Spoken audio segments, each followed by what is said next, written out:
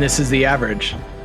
Welcome, horror fans. It's that spine-chilling time of year again, and we're thrilled to bring you Season 2 of 13 Nights of Halloween.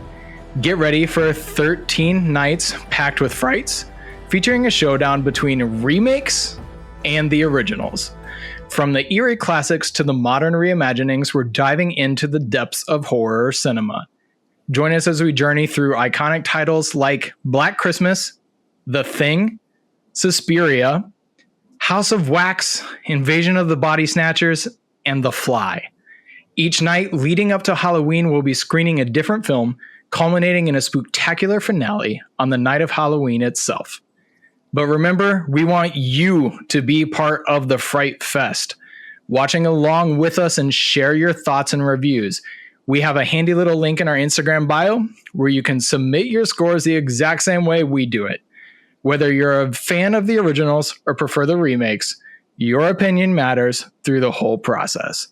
We will be tallying up the scores, tagging everyone who submits a review and provides a valid tag, and seeing how these head-to-head scores play out.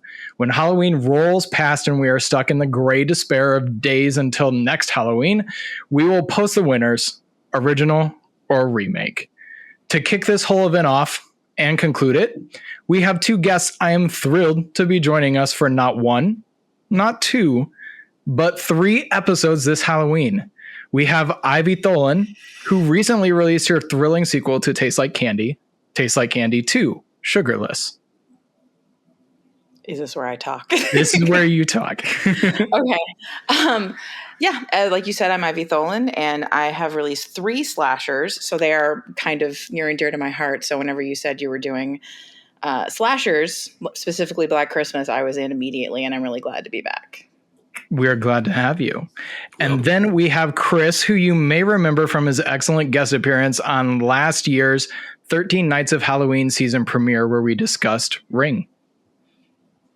I don't have a whole lot to say about myself. I'm an Instagram personality that averages 12 likes a post. You're doing better than we are. I started my Instagram with the idea to make it a bookstagram, but I've kind of realized I liked watching horror movies and talking about them more than reading, and I can't read as fast as I can watch scary movies. So That's fair. That's fair. It kind of hijacked my Instagram, which is actually my Instagram handle is @black.christmas, just no T. So I'm excited to be here and talk about these movies. It's clever, and that is why I reached out to you to be a part of the Black Christmas episode specifically, because I know you're a fan. I think I would be offended if you didn't. So, well, I'm excited to have you both with us. This year, we are doing a cocktail pairing to go with each movie. So tonight's cocktail is called Black Christmas Blues Buster. So you can head over to our Instagram to check out the recipe and mix it for yourself. Now, if you haven't seen the movie yet, we do have a drinking game to go along with it. So here are the rules. Go mix that cocktail, then go watch the movie, score it, come back and finish the rest of this episode. All right. So here are the rules. After this, pause us, go watch the movie. So, drinking game rules. Take a sip whenever a character makes an unrealistic decision. You predict the jump scare. Take an extra sip if it still gets you. Someone mentions feminism or sisterhood. The camera angle tries to be edgy, but ends up confusing you instead. Take 2 sips if you spot a plot hole big enough to drive a sleigh through. The dialogue feels forced or cringeworthy. You find yourself wondering why they didn't just call the police. Chug your drink when a character does something so unbelievably stupid that you can't help but laugh. Or the killer's identity is revealed and it's either painfully obvious or completely out of left field. You take a shot if you have to pause the movie to rant about how much better the original was. those are the rules of the game. Pause the film, or pause us, go watch the film, play the game. All right. That sounds like a great way to die. Yeah. I thought the game You're was gonna end up drinking quite a bit. I thought the game was too good. Did you play it last night, Jonathan? No. Oh, okay. No. I sent the game to Jonathan before he watched the movie. I think it might have been a little bit through the movie, but yeah. So Black Christmas 2019 is the second remake of the 1974 Bob Clark film of the same name. It was released by Blumhouse. The film is directed by Sophia Takal, written by April Wolf and Takal. It stars Imogen Poots, Elise Shannon, Lily Donahue, Brittany O'Grady, and Carrie Elways. Yes, that Carrie Elways. As the sorority sisters prepare for their Christmas party, strange occurrences start happening, including threatening messages and disappearances. It's revealed that a cult-like fraternity, spoiler alert, led by Carrie Elways, is behind the attacks, using a supernatural relic to possess members and carry out their bidding. Let's dive into all the multiple layers of this movie and what we thought about it. Boy, howdy. Oh, yeah. Anybody want to volunteer to go first, or should I pick? Make a pick. Jonathan, why don't you kick us off? Okay. Wow. Okay, so... I'm going to be honest, you've got the highest scores of all of us, so... Oh, wow. Okay. All right. So, story, the plot hole situation, man, like... At first, when you watch the movie, it seems like kind of like a woke film at first. But, you know, if you step back from it, considering like when it was made and all that stuff, like before pandemic and all that stuff, maybe not if you look at all the different themes that are in there, looking at it as a whole. And like, I've never seen the original, but I've seen the 2006 remake. And so like already knowing what I know of that versus what I see with this and what I've read for like just kind of the main line of the original, the only thing that really sticks as a consistent theme through all of them is just the fact that it's a sorority and people are getting murdered, regardless of what, you know, whoever the antagonist is. I mean, it was okay. I mean, just it wasn't anything really exciting for the story, and I got so many other like small things to nitpick at, but like the story was just kind of average for me, just as far as like kind of slashers go. So I don't know. Just didn't really do much story-wise, but it's like it wasn't horrible. Yeah. The story, it's a loose remake. Other than taking place at a sorority, what are common themes? I think the first movie was a strong feminist film. Very much so. Oh, really? Yes. Okay. But it's not as, this one is ridiculously in your face on purpose. I'm going to get myself into trouble. This one's ridiculously in your face on purpose. It is. Okay. And I paid attention when this thing was in production because I love the original. And this thing was made, I'm almost positive, as a result of Jason Blum made a really dumb comment in like 2018 saying that he hadn't worked with very many female directors because there weren't very many women interested in directing horror. I did read that in doing my research for this. Yep. So, and I believe they also had the rights to the name, and that's why this movie got made. He wanted to make up for whatever dumb thing he said, and this was the result.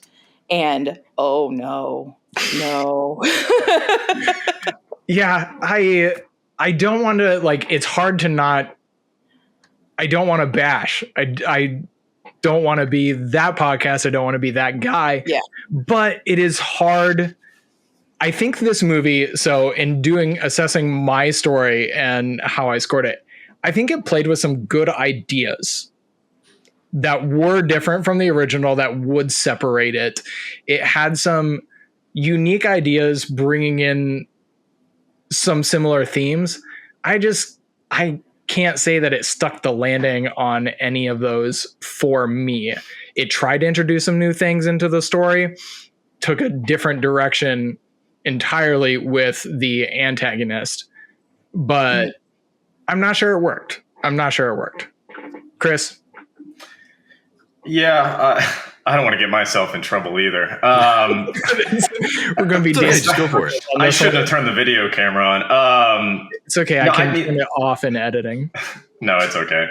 No, this one's just, it's social message above everything else. Like, that seems to be like the forefront of the film, above narrative, above characters, even though they're kind of all like, I don't know. It just, all the characters are made to like fulfill the social message. The narrative's made to fulfill the social message. And it should kind of be like opposite, I think, or maybe not completely opposite, but I think something like this could work if it would have been like self-aware, like a satire of sorts, or like a caricature that has the themes and they're present. Yes. And you make good characters and it's like funny, like a dark humor type of thing, which is kind of how at least Black Christmas 2006 is. It's kind of like goofy and funny, and it's making fun of itself. Mm-hmm. And I think they could have done that, like a frat that uses like some magic supernatural stuff to like, I don't know, drill down to all the, natural evil that men have and stuff like that. You could have made fun with it, and it just wasn't very fun. I agree completely. I was actually thinking back and talking about it. I was going to hit it in the script, but you brought it up. I think a lot of what this movie touches on would work as a dark comedy or satire. But it's the fact that this is played so serious that it doesn't stick the landing. I mean, it reminds me of like political caricatures and stuff. Like, they have the political message there, but comic book artists or whoever, they're doing it in like a fun, lighthearted way. But we all know it's a very serious topic to, make fun of. And I don't know. No, I think horror itself is a beautiful way to tell a story about something that you normally wouldn't be able to address in other formats. So and it's horror can go into some of those darker categories and tell a good story to a broader audience than, for example, just making a movie about sexual assault. That's going to narrow your audience. But horror already has a broad audience. So when you make a movie that is horror, you can still convey that story in a powerful and meaningful way. So that's one of the things that I love about horror in itself. And the horror genre itself, sure, it like has historically, sexualized women and whatnot, but I think it's like it's always, not always, but it's kind of been a very empowering genre for women. I mean, it's the final girl is a staple in horror. And I don't know, I think it's a good medium to, take some of this on. I just don't think they did it the right way. It's the perfect medium to take something like this on, but I don't think, I think one of my notes is that they don't want you thinking. They don't want anybody thinking. They want to tell you exactly what they want you to think. And I would like to preface this by saying, I am a woman. I write very female horror. I write feminist horror, but it is not this. It's fantastic. I'm just going to throw that in there.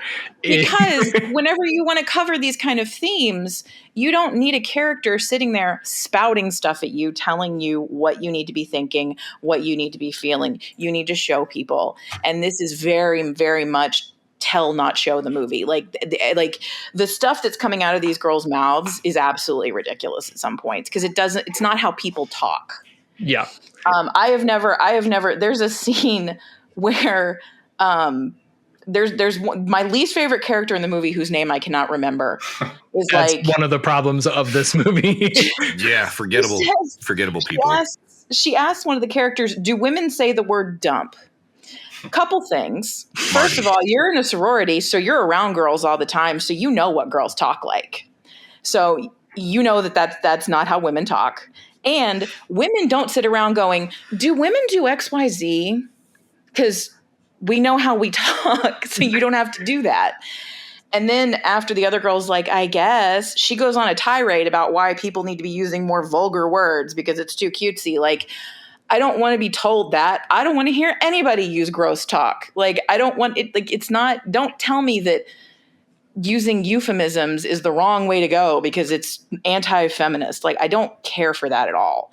And there were lots of little moments like that throughout the movie. The girl wearing the Manalog t-shirt. I was just like, There's one wearing a "Spare Me Your Monologue," I think is what her T-shirt says. Oh, And, okay. As in monologue. Like, yeah. And yep, if that okay. character was part of a comedy, Clever. Yeah, no, exactly. but she's not. Like, if it was played for humor, it would work. Yeah. Yep. No, and she's just the most obnoxious person on the planet. And I'm like, I might agree with some of this stuff, but I hate the way you're telling it to me. So, Chris, yeah. Yep. if somebody already agrees with you and you can't even get them on your side, how are you trying? What message are you trying to send? Yeah. So that's my general feeling about all of that. All right. So we kind of discuss a little bit of the story there. How are we all on our scores? Do you have those handy? I'm a 3.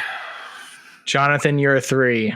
Yeah, just kind of an average. Yeah, man. Okay, so my wife scored this with me. I'm making her watch all of the Halloween movies with me.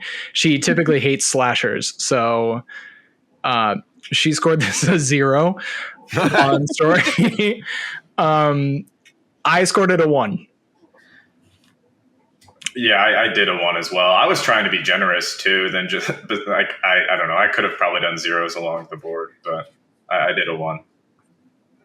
All right. I have no idea, but I'll say a 2. You were a 2. You were a 2. Yeah. Okay. All right. So into those characters, we touched a little bit on how they're kind of forgettable characters. So I know everybody goes into the scoring card that I made a little bit differently. I score on character arc. Is there a compelling character arc from beginning to end? So what we see at the beginning of this film, is there an important revelation made? Is the character changed for better or worse? How does that progress through the film? Is it compelling? What do you think? Who wants to go first? I'll go ahead. I'll be honest. There's a lot of setup at the beginning of this film for what could be, like we said, it had some good ideas, for what could be a compelling character arc. But the way this film ends kind of destroys any arc because it just ends. The end devolves into such nonsense that the things that are set up at the beginning cannot be resolved in a coherent, powerful, meaningful way at the end. And that's where I took big issue. First of all, you could blame this on the script, whatever. I put it in character.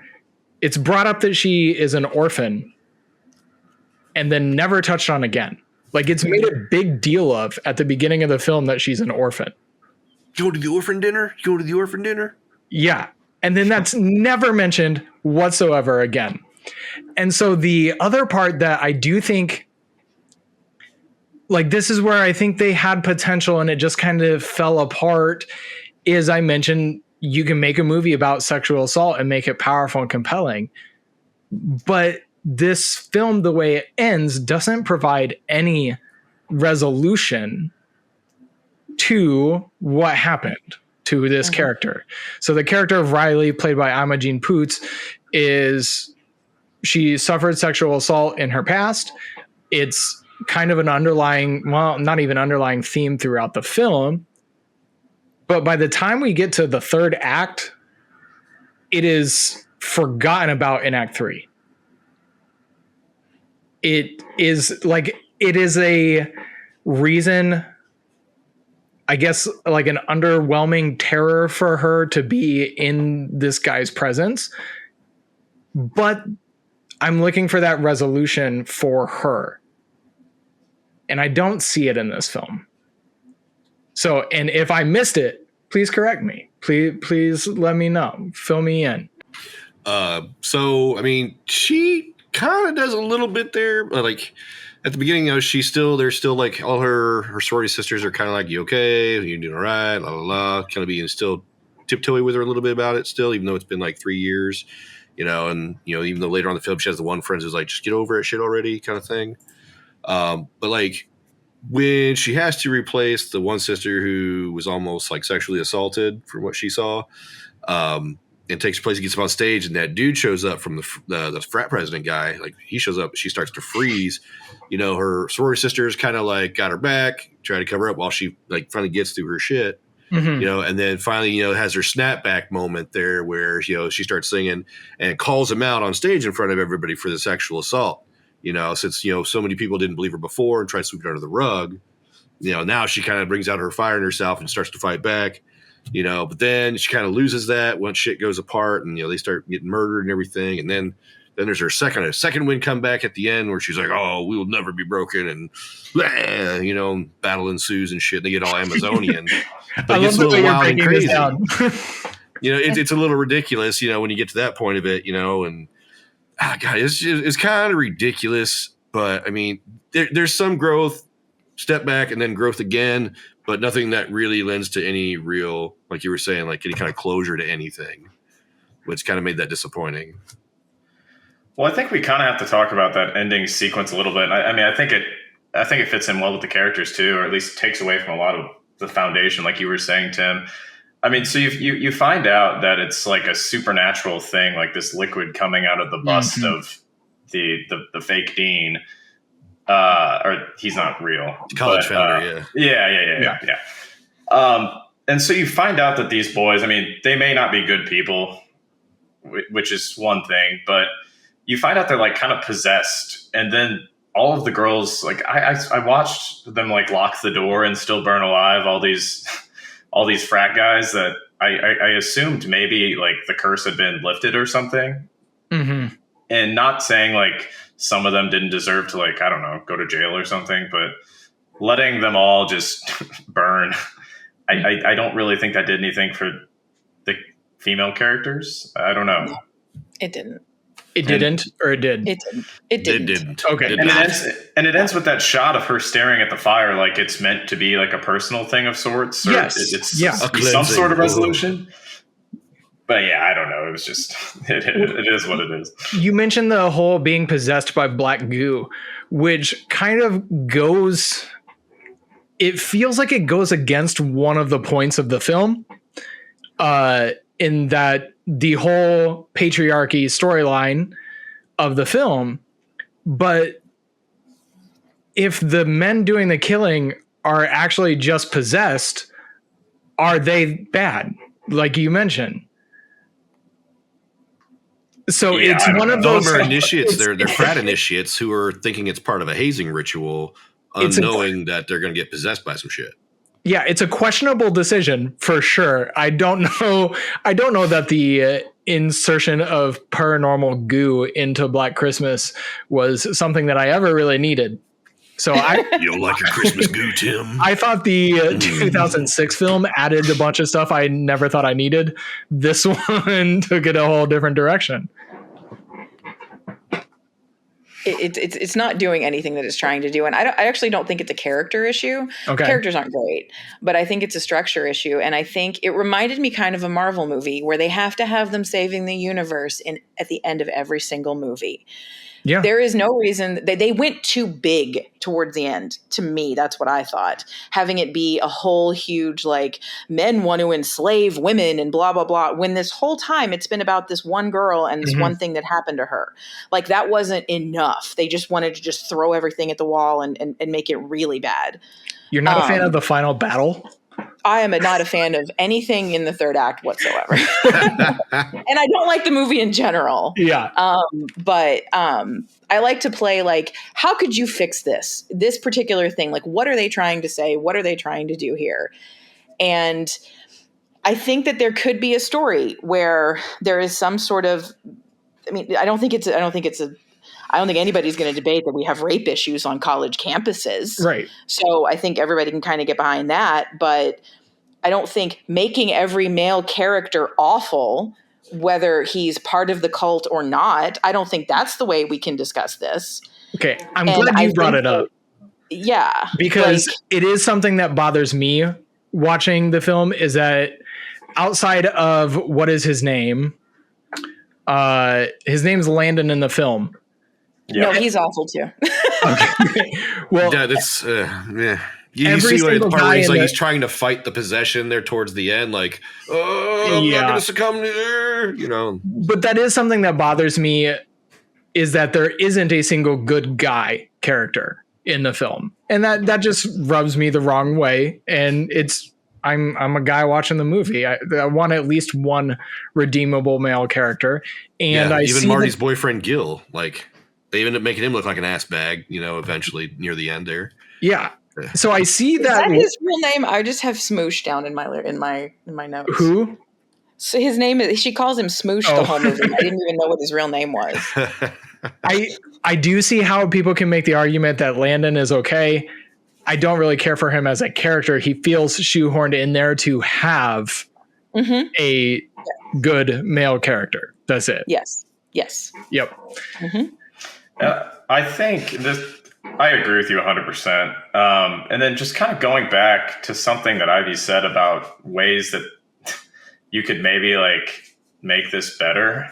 And there were two thoughts that I had, and this doesn't really pertain to anything we were just saying exactly, but I think if you eliminated the scene where she first sees the hazing, like all of the frat guys kind of doing culty things in the first act of the movie, which kind of just gave away what was going to happen. But I thought it might be interesting at the end if you found out it was like a group of girls that were actually killing them. Like it was maybe like some neighboring sorority or something that had some ulterior motive. And it kind of goes with that first lesson when Princess Bride, what's his nuts? Carrie Elwes. Yeah. When he's being Robin Hood Men in Tights. Did you say what's his nuts? Yeah. But he's talking, and then he does the whole thing where Riley assumes that the writer was a guy, but it was actually a girl. And I don't know. I thought it would have been kind of fun if it was actually like some crazy girls or something killing him for some reason. I don't know. Well, we even get the scene with Helena where she betrays them, and she's actually the submissive girl doing what the men say. Yeah. And it didn't do anything for me on that reveal. No, not at all. No. But I understand why they did it, because they wanted Helena to die and be like, see, Serena Joy over here. Like, that's what they wanted. They wanted people to be like, even if you do what they say, like it's. Yeah. And the female characters are just as poorly written as the male characters. Even, talking about the way that they talk to her about getting over her rape.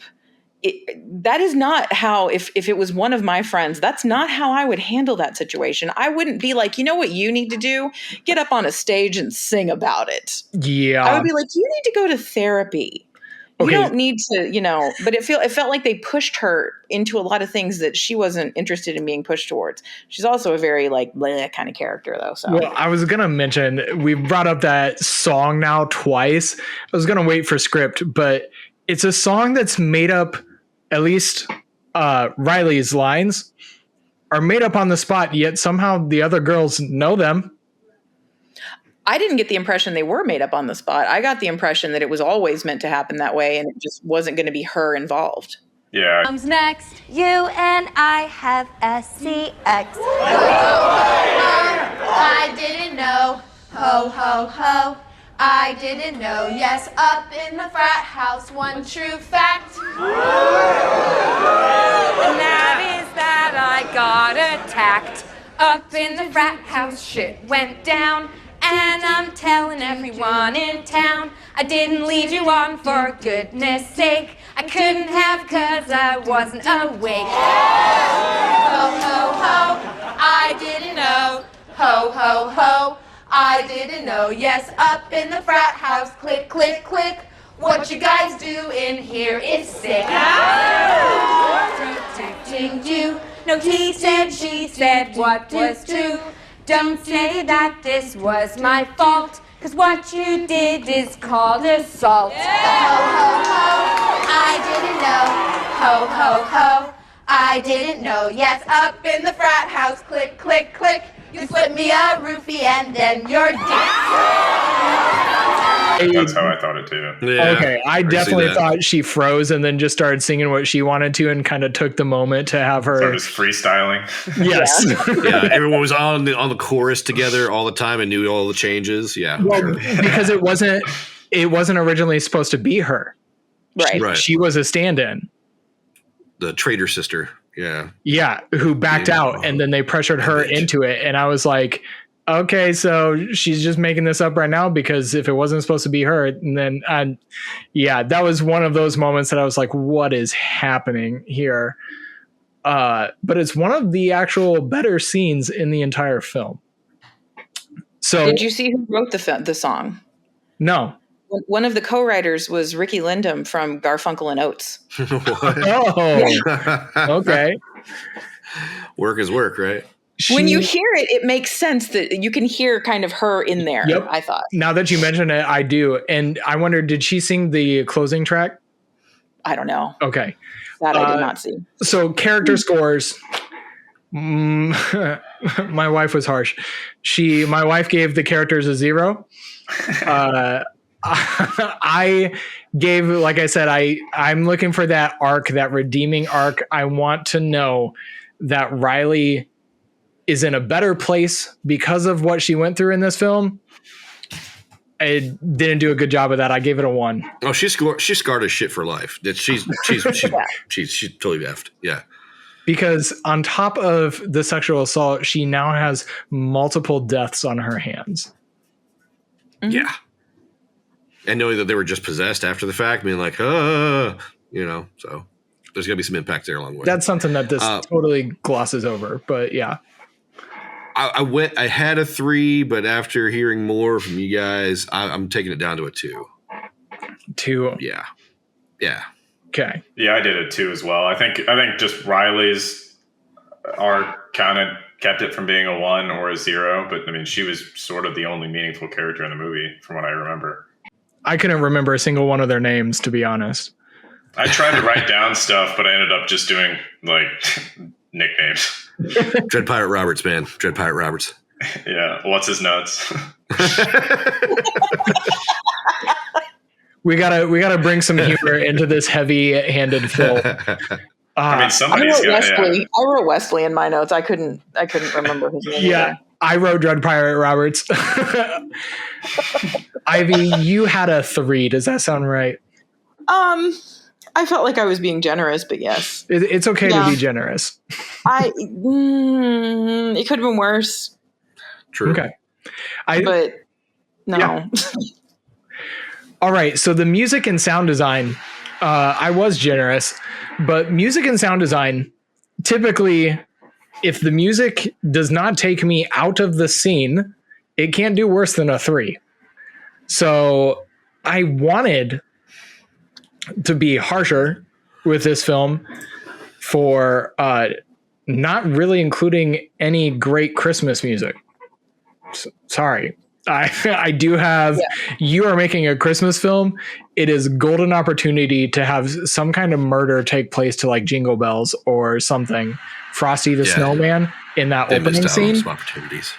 This movie doesn't know it's a Christmas movie. Yeah, no, I was just gonna say there's really no Christmas stuff. Even when like you look at the sorority house from the outside, they only put lights on like the front. I mean, it didn't feel like Christmas at all. So yes, they only put like a string of lights outside, but then there's a couple scenes when they're being hunted through the house that it's crazy decorated. And I'm like, you're telling me all of these sisters got together and spent that much time decorating this house when no one is going to be there because they're all heading home for Christmas? I wasn't connecting that, but I was like, the inside was really well decorated. Nothing else in this movie. I think they missed an opportunity to not have the opening death happen while Frosty the Snowman plays. But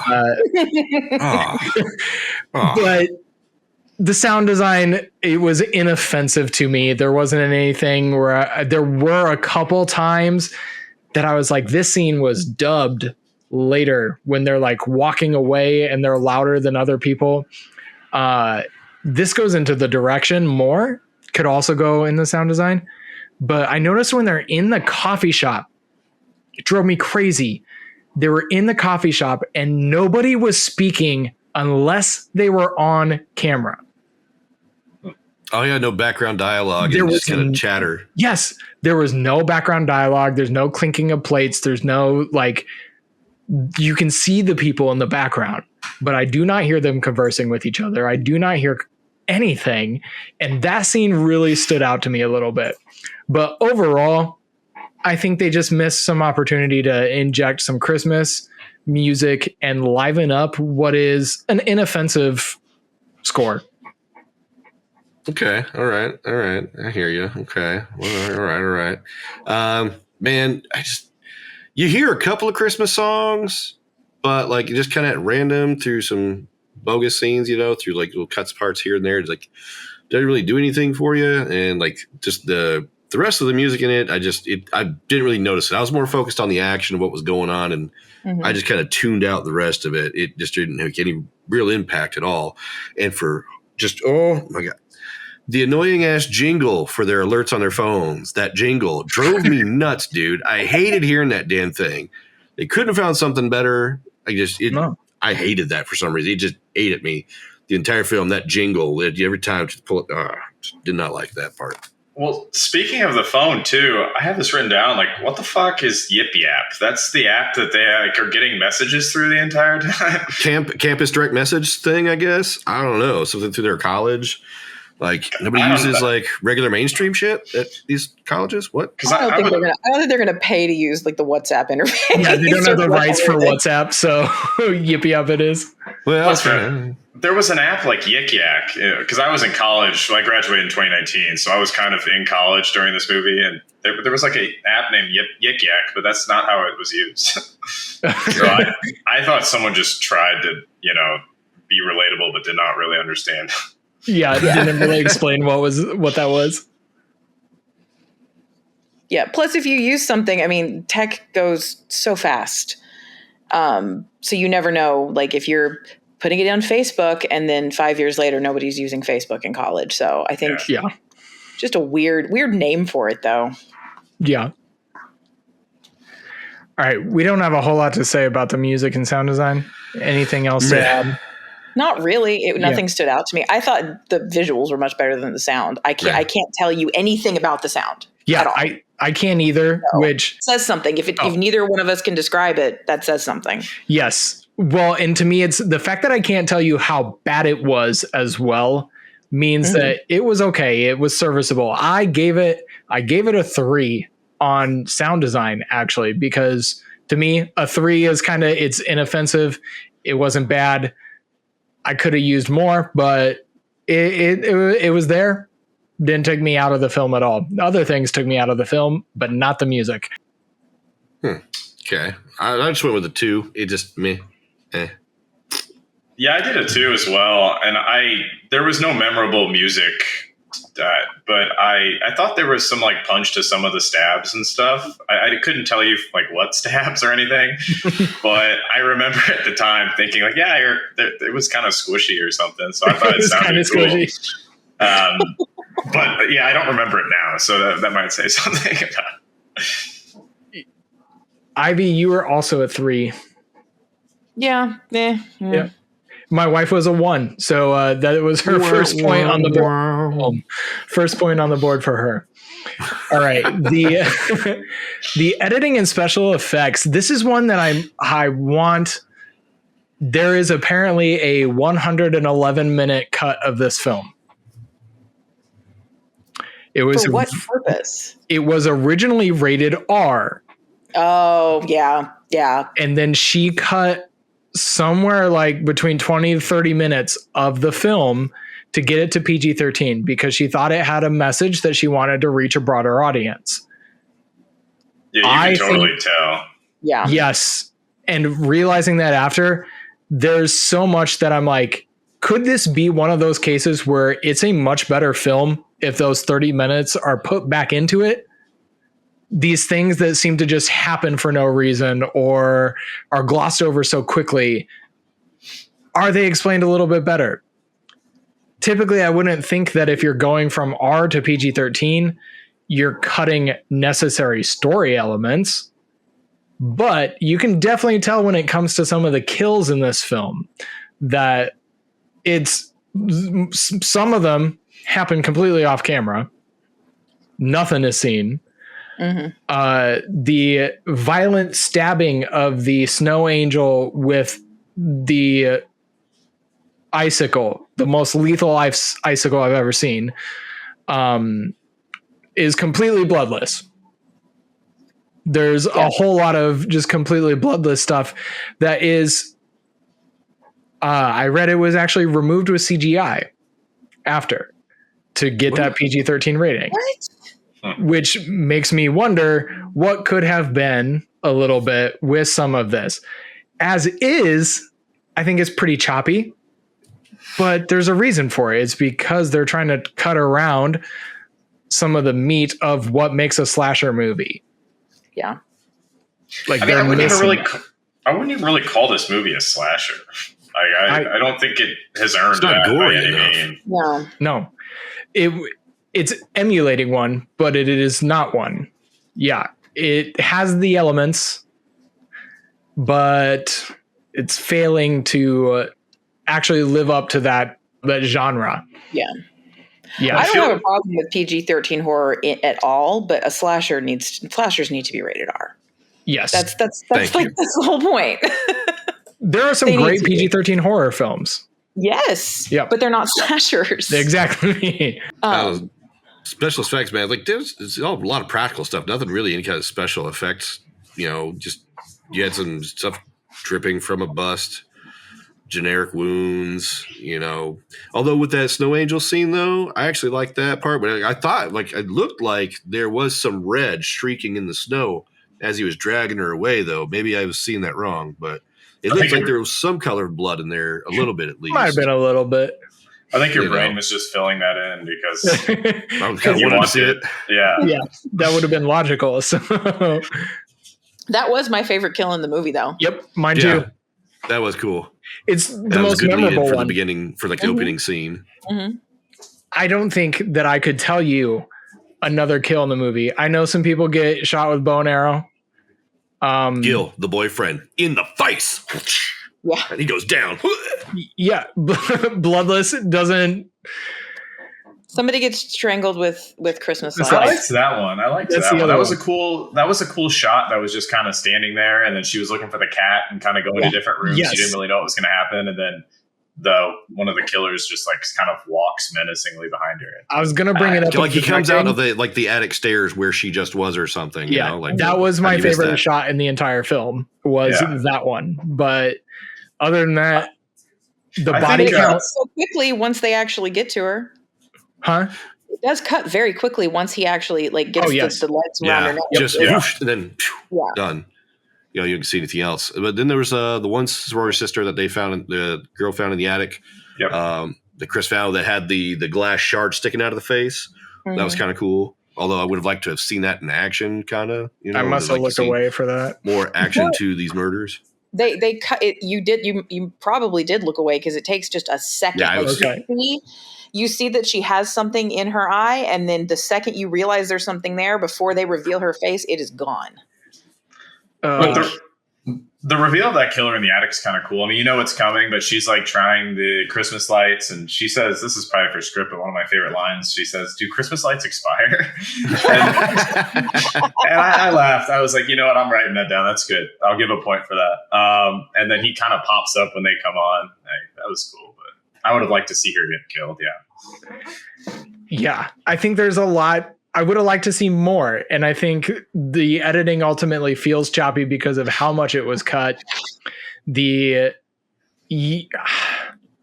Always cheated. Like we said, it's labeled as a slasher, but it fails to be a slasher. And I think that's ultimately one of the reasons why it's not a satisfying watch. Is you're here for that slasher.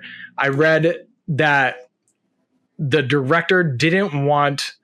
She thought some of those kills in classic slashers kind of objectified women in violent situations, and she wanted to avoid that. I'm not going to say she was successful or not in that. It was just that for a slasher movie, it was not successful. I feel like I don't know. I feel like people who say that haven't seen a lot of slasher movies, who say it objectifies women, it does this. Absolutely, there are quite a few where girls were completely naked, getting cut up, and I'm not a huge fan of that. But on the whole, I've seen a lot of slasher movies, and on the whole, I don't find that to be the case. I never have. So whenever people say that, I'm kind of like, did you watch like Friday the 13th part 5 and then walk away and that's what you think you're talking about? Like, you know what I mean? Yes. No, I know exactly what you're saying. Like, those movies exist, but My Beloved Nightmare on Elm Street, not a single naked girl dies. Yeah. So, and is it, well, even the Scream franchise? Yeah. So I also have issue with that statement because I read it and I was like, okay, I don't want to make assumptions about the director. I've never seen the work, but she doesn't do horror. Yeah. She doesn't do horror. She's directed a few episodes of Gossip Girl. So I don't know if they're good, but she did. But it's kind of funny that you mentioned Friday the 13th Part 5 because maybe I'm probably part of the problem here. But the only thing I remember about that movie is the naked woman. I remember her because that movie's awful, but I just remember like the naked woman in the field. So that's a good example of a movie that she might have just seen and was like, yeah, this is not great.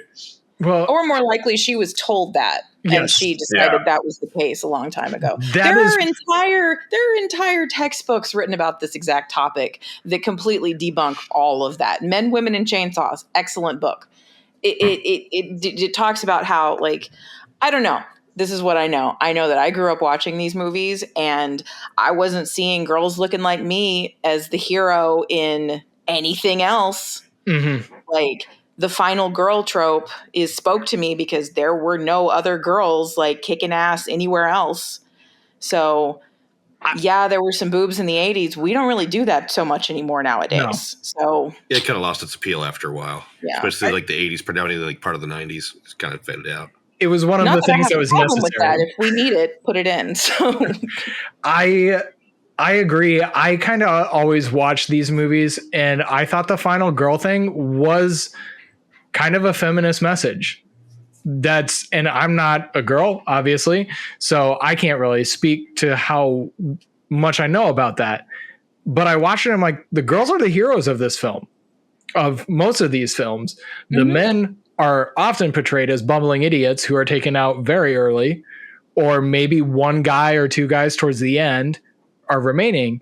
But I'm like, there's always that final girl with admirable traits that rises the hero. That we got a little bit off the editing and special effects on that, but I think it's part of it's jumping into the script already. There really aren't any special effects to be, so it's all really generic stuff. Well, let's scores quickly and then we'll go into the script and talk about that. My wife actually gave this a 3. I gave it a 2. Oh wow! I'm surprised your wife did that. Wow. Okay. She's been so harsh so far. All right. Yeah, that's her highest score. I gave it a 2 as well. I mean, I just didn't think anything took away. Like, I thought some of, like, with the arrow coming out of his face, like, the brief second we see that, it didn't look like a gimmick. And, like, the brief glimpses of blood, that wasn't very gimmicky. So, yeah, none of it, like, offended me. It's just, I wish there was more. Well, if you notice the eyes, though, when they were possessed, there was just a little kind of glint on the eyes kind of thing. Yeah. That was like probably the most they had really for special effects, aside from like stuff being on fire. Yeah. We I think didn't it was even on really my see phone, that whole sequence, so I would have blacked out. I would have drank like 3 of those cocktails in the last 6 minutes. Yes. And then Ivy, you were 3. Wrecked before the movie was over. Before we jump into the next category, I want to tell you a little bit about Zencastr. When I was preparing for our 13 Nights of Halloween series, I was really searching for a way to streamline the process. I wanted a professional looking setup to invite our guests to. I wanted quality audio and video recording, and I wanted the easiest way to release the episodes to as broad of an audience as possible. This is how I landed on Zencastr. It is now super easy to record a podcast with Zencastr. Just log in using your browser and start recording a high-quality podcast right away. Record studio-quality sound and up to 4K video with your guests. Feel a sense of zen knowing Zencastr's multi-layered backups ensure you always have your recordings in the highest quality, even if the connection is unstable. And speaking of audio quality, have you ever worried what you sound like? Zencaster's post-production process makes you sound buttery smooth. It automatically removes those ums and ahs in your recording. It removes those awkward pauses in conversation too. Set the podcast loudness and levels while reducing background noise with the click of a button. So if you're thinking of starting your own podcast or just want to streamline what you are already doing, go to zencastr.com/pricing and use my code AVERAGECUSTOMER, and you'll get 30% off your first month of any Zencastr paid plan. That's average customer, one word. I want you to have the same easy experiences I do for all of my podcasting and content needs. It's time to share your story. So let's dive into the next category. All right, so touching on that script, I ultimately think the script is the biggest problem with this movie. It's got issues. It's got issues across the board, but I think the script is where the ball may never have even been picked up. The humor doesn't land when it attempts to have some humor. People do not talk naturally in this film. I was struck by one early on in the house when she is walking down the steps with her friend and her friend says she got put on the B team. And she goes, "What's that even mean? Like B as in bodacious?" And I'm like, everybody knows what the B team is. No one questions what the B stands for. Like, just the way the conversation flowed didn't make sense. And we mentioned some of the political stuff early on. We had every political position this movie was taking thrown at us in the first 15 minutes. It was all there. I wrote down in the first 15 minutes, we had mentions of the patriarchy, misogyny, sexual assault, representation, and white supremacy, all in the first 15 minutes of the film. And like, it seemed very white man hating. Well, and like Ivy said early on, whether you agree or not, it's a lot to throw at you in the first 15 minutes.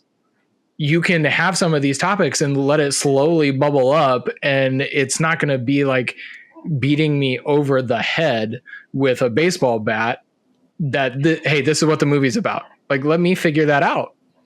Let me figure out what the movie's about. I don't need you to tell me. And then my favorite line of the film was, the power of the founder compels you. I love that line.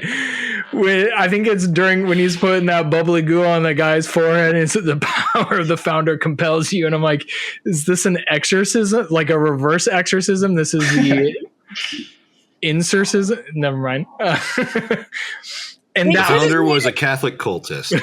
They could have made it so ridiculous, and it could have worked, and it could have had a message, but that's just not what they wanted to do. Yeah, I don't know.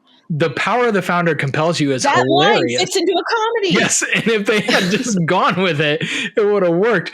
I also, that whole scene right before the song, I wrote it down because it's terrible. I don't understand what's happening. In that entire sequence leading up to their performance, I think they're in the sorority house, or was it at the frat house? Did the girls go to the frat house for a party? Yeah. Yeah, okay. That's where they danced and sang and stuff.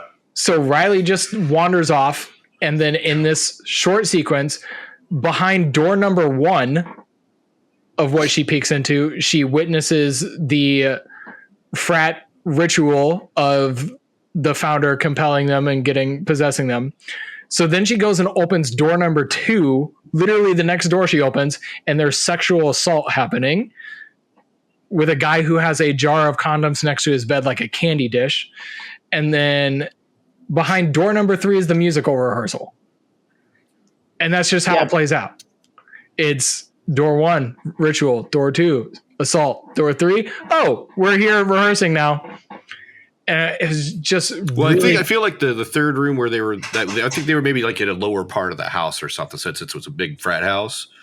You know, it seemed like they were on the second floor for like first 2 rooms, and then third room was back on like the first floor. Maybe it's just like a quick jump set, kind of jump. Yeah, it's quick jumps that made me feel really disjointed. Like the scene was really poorly put together in there.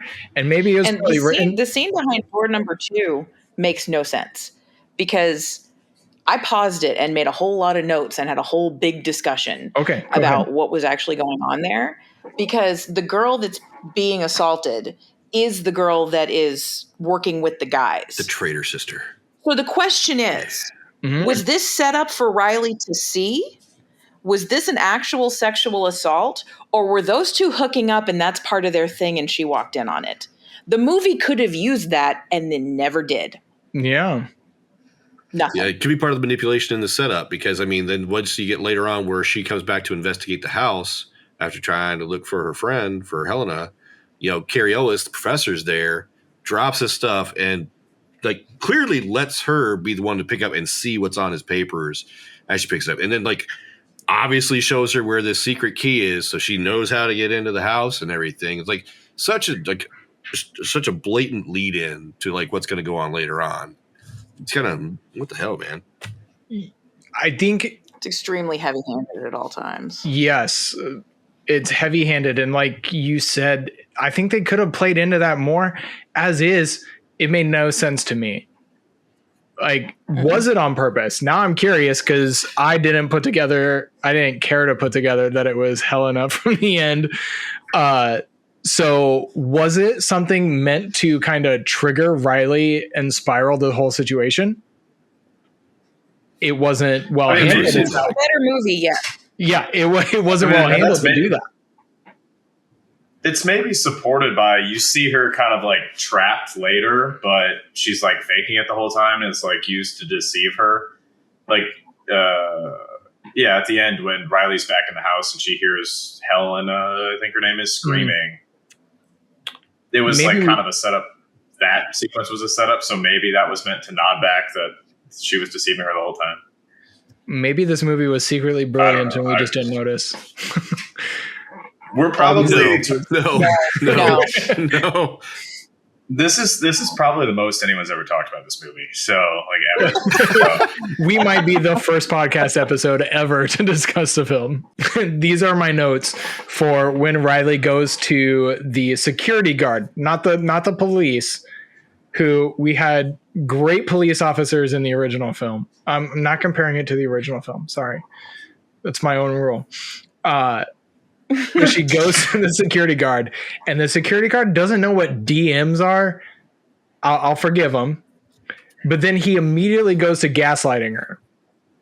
We need more than feelings in this business. And his sandwich was leaving me with feelings of sadness and depression. You see that pitiful sandwich? Yeah, that was the grossest scene in the movie, I think, when he was putting the mayonnaise on his sandwich. I was like, kind of had to turn away. I think that was the most disgusting thing that happened. It was the most disturbing scene by far. Yeah, it was like an ASMR kind of sequence. I don't know. Slathering it. It's those Instagram recipe videos where they just throw the bread and you get the all those sound. Yeah. I also wrote down that I really enjoyed the line, "Did you just not all men me?" I had to write that down when the one frat bro was trying to defend himself to his girlfriend. And then the other line I wrote down, this is so good. My wife actually said this to me again later, so this line stuck with her as well. But I want you to suck a fat fart because you just got zetaed. God, that was so dumb. Oh my God. That hurt to hear. Yeah, when he gets into when Riley shows Landon how to get in with the secret key that she was very blatantly shown, he jumps in there and like, I don't know, just it seemed like really weak on his end, like with like what they had him doing. I don't know, it's like, oh man, my mixer. Oh, and like they show up finally, and then doesn't say anything about the mixer, which would be like his whole thing to, as part of his ruse why he's in there and upset with them. But he just kind of crumbles like super easy. Well, he has that sequence where he gets mad there over something stupid, and then the other guy, Gil or Smush or whatever his name was, he like kind of like stands up for himself and says you can't generalize all men, and I mean tries to be like a male character, and then he gets mad and is like, I gotta defend my girl, it's what I meant to do, and then he picks up the axe and gets shot in the face. But like, I don't know, I think she's she's just trying to say like, you know, men just have this violence in them that they have to let out, and sometimes silly thing. Well, the fact that he had been drinking too, you know, made him look goofy and dumb at the same time, you know, with saying all that and then getting totally taken out like super easy. I also think it's sad. Telling that you can narrow the men in this movie down to like frat bro 1, frat bro 2, frat bro 3. And that's essentially their characters, because we can't remember any of their names either. A couple other lines I wrote down Brian. that I thought. No, I wrote down Brian. He's the frat guy that raped Riley. Oh, okay. Yeah, the frat president or whatever he is. Yeah. I wrote down this scene because it was just terrible. At that final, when the ultimate frat bro, the bigger frat bro in the robe is revealed and comes out, the final boss frat bro, he comes out. That's the perfect way to describe it. And the guy, I mean, was he just like, see no evil, boys, see no evil, and turns away. Like, what the hell, man? That's lame dialogue. Was he anybody else in the movie, or was that just? I don't know. I think I don't even know what he was supposed to be. You could speculate he was the ghost of the founder. I don't know. But the one frat bro, while chomping on his gum when he says, bow to the king, bitch. Like, yeah, that was solid writing right there. And then delusional, egotistical college frat boy, 2T, just like so full of himself, thinking he's hot shit. Like, dude, you suck so hard. And then the last of my lines I wrote, and then I'll let somebody else go on what they think about the script. The way at that final battle, once they smash the bust and somehow it only depossesses one character, all the other men are still possessed. They're escaping and everybody apologizes. Not everybody. In 2 back-to-back scenes, we have somebody going, I'm sorry, and then another character saying some version of not now. And the first time, it is somebody apologizing to Riley, and she says not now. And then the immediate next scene, Riley apologizes to somebody, and they say not now. And I'm like, that was pretty lazy. That was some pretty rough writing. So that's all I have to say for script. If somebody else has any particular lines they would like to bring up or address, go for it. Yeah, I just wrote down the 2 things that I thought were funny with do the Christmas lights expire, which I still think is funny. And then I think that same girl, like a scene earlier, and she walks in and she says something along the lines of, so do you just put the ham in the oven? And I thought that was really funny. How is he gonna cook it? Like, but that's all. Something like that at Easter. Yeah, I mean, I thought it was a great line. Like, I don't think it was stupid. I think it was just, I liked it. In my notes, I wrote down that I'm not dumb enough to ask if Christmas lights are expired, but if I got one minor head injury, I would be. Like, that's one of the best lines of the movie. You're right. Yeah. But I'm not making fun of it. I seriously think it's awesome. When you hear all of this stuff out of context, when you hear us saying these back and forth, this would have made a great comedy. These are funny lines, but the movie plays it so straight. I have it on in the background right now. I'm kind of like watching it. Don't forget about Nerd Sister too. Oh, yeah. I find my lady cup. Shit! What the hell's going on? What? That behavior in that first scene that she is in, that's when she's wearing the Manalog t-shirt. Her behavior, I was just like, absolutely not. No. I think that was the scene where my wife goes, that's not how you do that. No, it isn't. And it's also, you wouldn't do it in front of people like that. Yep. Oh, thanks. Yeah, that's not something. Here we go. We're good. Yep. And it's like, I've been around, I was part of a giant club of girls in high school. I have been around girls, especially like immature younger ones. And I have never seen anybody do anything like that before. It's a bold move.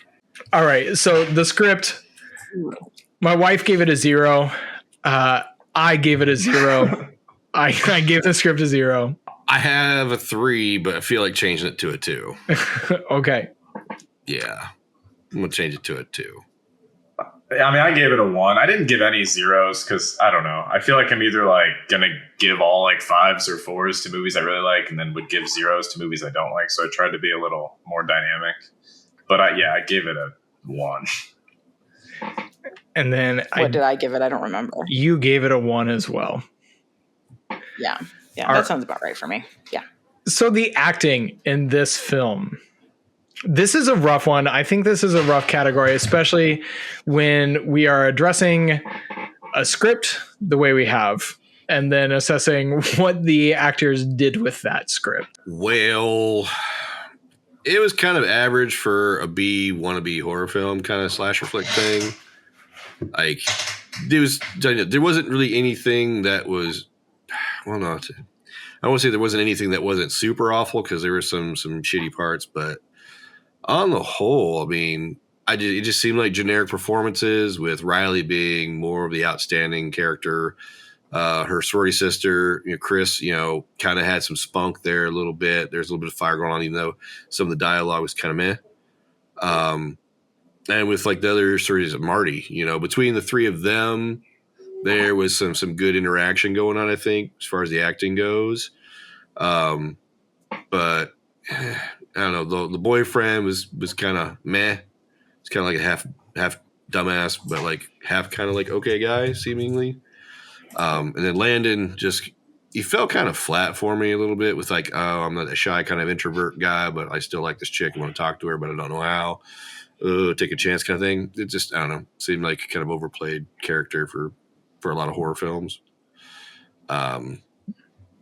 She does ask him why he's never talked to her before, and he's I don't remember what he said, but he said something like, "I've been trying to like think of ways to talk to you." That sounded a little more romantic than what he even said, but it was kind of relatable to me. I've definitely been in situations where like, yeah, I don't know, I'll think about trying to talk to you for like 6 months and then probably never will. So I don't know if that makes me a beta like Landon, but I don't know if I should admit that live, but. Carrie Elwes was okay at the start, with that opening scene with the professor when they're in the classroom and stuff talking about the author. He stole the show in his two scenes. That seemed pretty. He was doing great at that part, but like after that, when he like shows her where the key is, like he gets kind of like weird, creepy, and I was kind of like wasn't feeling the vibe really the way he was kind of putting that off. And then towards the end, when they get into their whole Amazonian battle in the frat room. He just came across so weak at that point.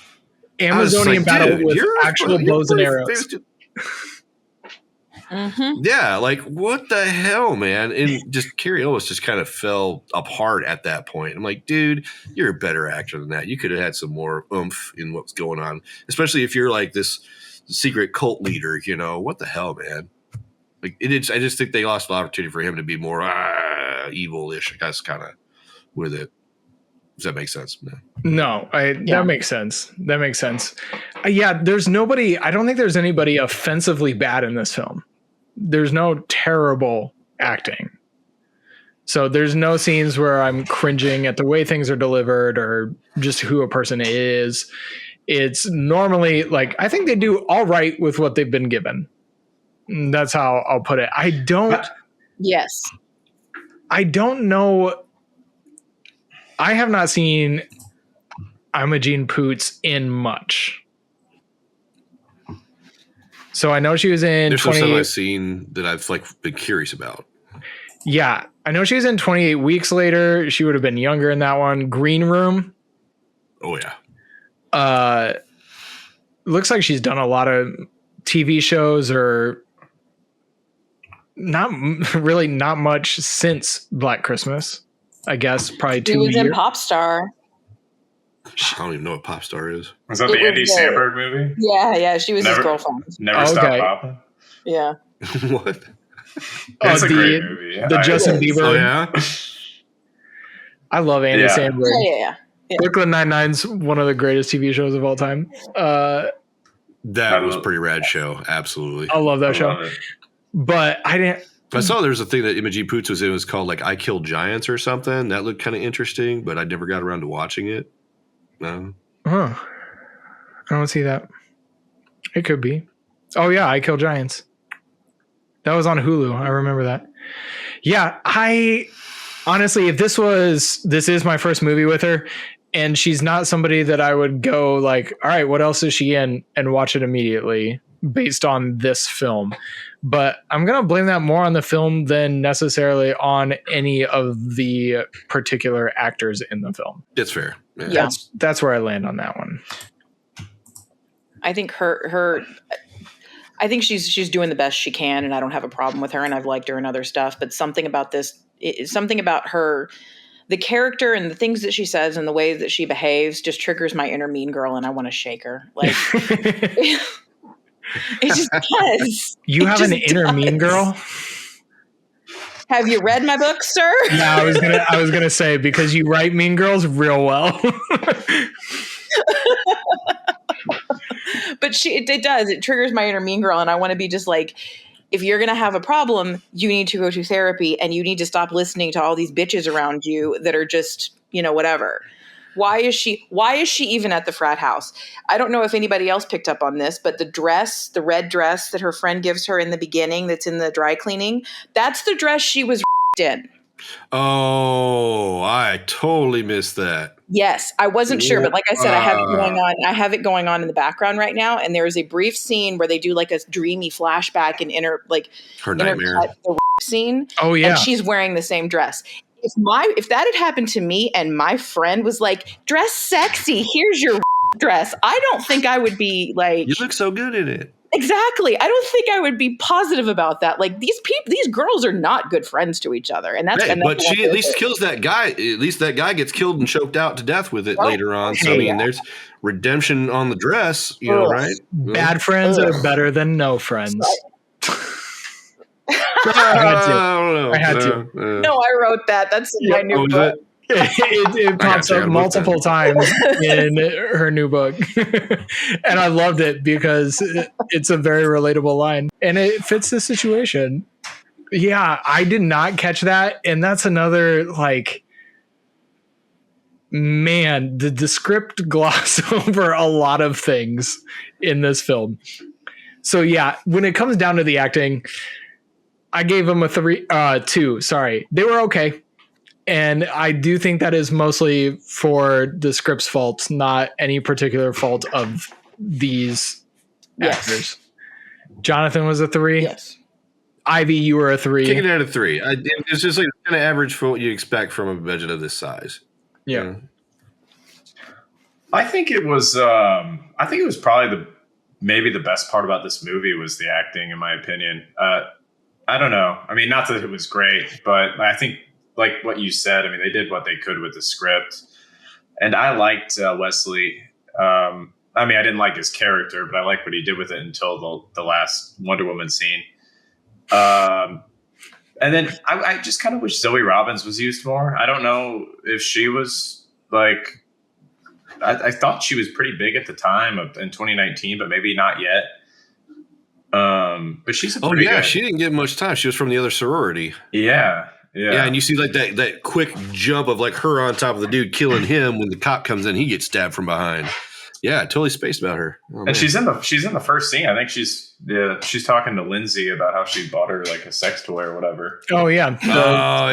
Yeah. But you see a lot of her at that end, during the whole frat battle. Yeah. You see her getting punched around and trying to fight back a lot and almost choked out to death. Yeah. Once you said her name, I had to look her up. That's where I recognize her from the Wheel of Time TV series on Amazon. I knew I'd seen her before. Oh yeah, maybe that's why. Maybe she's not in anything else, but I recognize her from that. I watched that first episode and I fucking hated it. I hated it. It was not even like it was so off book, dude. I was so pissed. Have you read all the books? I've read up to book 7. I still gotta finish the rest. There's so much. Oh, I got so much. I got to like book 6. It's a lot to read, and then I was lost. It's hard to keep up with everything after all the changes through all the. Oh my god! But just that first episode alone of that Amazon series, I was angry. I hated it so bad. The second season's better. I'm a That's big what I Wheel heard. of Time guy. I've read all of the books. Okay. But Jordan be rolling around. yeah, probably. But the more Wheel of Time in my life, the better. Well, I guess unless it's absolutely terrible. But there's some Unless redeeming it's Black qualities. Christmas 2019. Anyways. Well, not all Yeah. book series have good live action interpretations. Like my favorite series, the Shannara series by Terry Brooks. MTV tried to do a series for it, and they just sons of bitches. Which starring They ruined young it. Modern Austin day Butler. MTV. What? What was the time frame for this? The Shannara show on MTV? Yeah. It would have been about 2015, I think it premiered, because I remember I had just moved to Illinois and I had to watch it. Something like that, yeah. But I was so excited when I saw what they were going to do, and I was like, "Oh my god, this is like one of my favorite book series. They're going to make it live action." A super fan went out, and then I saw it, and I was like, It was very MTV. It was very MTV. I was so pissed about it. So they made everybody too damn pretty. So Everyone was too damn pretty. the main character is actually played by Austin Butler. I know he's cool, but everyone was too damn pretty for that. Post-apocalypse, magic's back in the world, shit. Fuck. Why is everyone so damn pretty? Tell us how you Bogus. really think. It was I called have the so much more to Shannara say Chronicles. about that if you ever want to talk about it, bro. I'm just saying. I don't know if I could sit through That's that like show. seriously my favorite book series ever. Instead of doing that series, they should have done Terry Brooks' other series, the Landover Kingdom for Sale Sold series. That probably been more up MTV's alley for that kind of shit. But Okay. the Shannara series, should have been darker, grittier, harder. But whatever. We just tangented Rant over. fantasy. Don't get me started on Die. Rings of Power. No, it's fine. I actually didn't mind Rings of Power. Anyway. Or I'll bring up the King Killer Chronicles with Chris, but then that'll take another hour. Oh, Patrick Rothfuss. Love those books. I don't think he liked me. I had him sign my copies of the books. He was in St. Louis the other day, Really? and Yeah, so Chris I met waited him. in line for a couple hours. Yeah, but I made him write a Wheel of Time thing, and so I think that offended him. Damn, dude. Did you But really? in my head, well, I didn't make him. But in my head, it was like combining two of my favorite fantasy universes, and I can't get Robert Jordan's signature. And I'm not saying he's the next, like he's not as, I don't know. It made sense in my head, but he didn't like it. I don't think. But he did it, so I have that forever. Did he actually give you the date of the Nice. next book? No. Oh, I want I know. the next book so bad. I've been waiting. I have gone back and I reread it a few times, and then I also got it on audiobook. Love The that. Name of the Wind. I heard the audiobook's really good. It is. The Yeah, Name of the the name Wind of the is wind, dude. There's a line top where there's a line in that book where Kvothe is talking about Danae, and there's this one line he talks about her, and like I can't remember right now, but it's like one of the best lines in the book. Super kind of deep, but super romantic at the same time. Very poetic, as befitting a trooper. Yeah, but man, Oh, I don't know. Anyway, I don't want to get. it's one of the most poetic and beautiful books ever written. But back to the horror movie that is Yeah, Black Christmas 2019. horror. Uh-huh. Oh, the horror. All right, so we talked about the acting. Chris, did you give your score? I think so. I gave it a 2. Okay, so on to the direction now. So the Wait, directing. did Ivy score? What? I don't know. He has my numbers. I don't even have my numbers in front Did of you me. say what did Ivy score? Did you say? I don't Oh, remember. yeah, she was a 3. Yeah. Oh, okay. Gotcha. Yep, she scored it a 3. I don't blame the cast. Yep, it's hard to, you can't really blame the cast on this one. But the direction. So the director, Sophia Takal, is not, well, she hadn't done horror before, really. I guess she has. She did VHS. She did a segment, Second Really? Honeymoon in VHS from 2012. Okay. But did she I direct? saw that. There was some cool stuff in that. I think she acted in it. I don't think she Oh, she directed acted in it. Yep, she didn't direct it. So she did Into the Dark TV series.